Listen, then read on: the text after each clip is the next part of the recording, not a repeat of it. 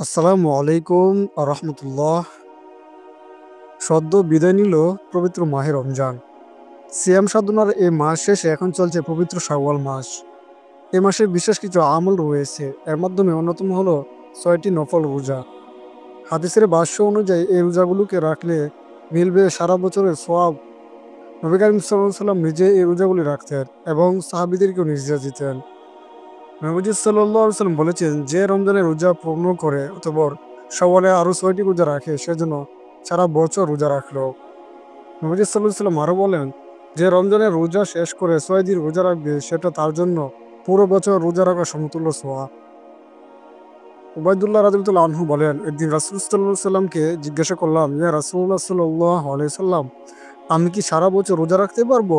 তখন তিনি উত্তরে বললেন, তোমার উপর তোমার পরিবারের হক রয়েছে, তাই তুমি সারা বছর রোজা না রেখে রমজানের রোজা রাখো এবং রমজানের পরবর্তী মাস পবিত্র শাওয়াল মাসে আরো ৬টি রোজা রাখো, তাহলে তোমার সারা বছর রোজা রাখার সব হয়ে যাবে।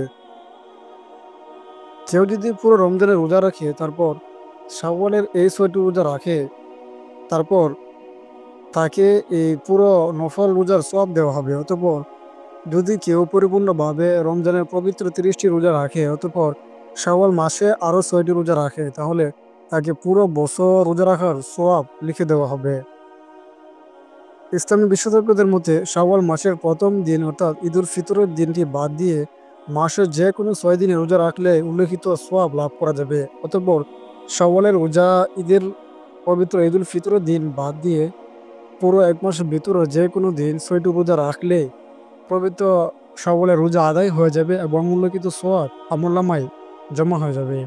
তাই কেউ যদি পবিত্র রমজানের রোজা শেষে নিয়ত করে যে শাওয়ালের ৬টি রোজা রাখবে, তাহলে ঈদের দিন বাদে এক তারে অতএব এক লাগা ৬টি রোজা রাখতে পারবেন।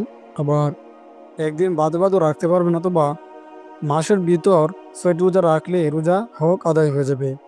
আল্লাহ তাআলা আমাদের সবাইকে, প্রত্যেকটি মুমিন ভাই বোনদেরকে রমজানের রোজার পর পবিত্র শাওয়ালের ৬টি রোজা নেক নিয়তে সুস্থ শরীরে রাখার তৌফিক দান করুন।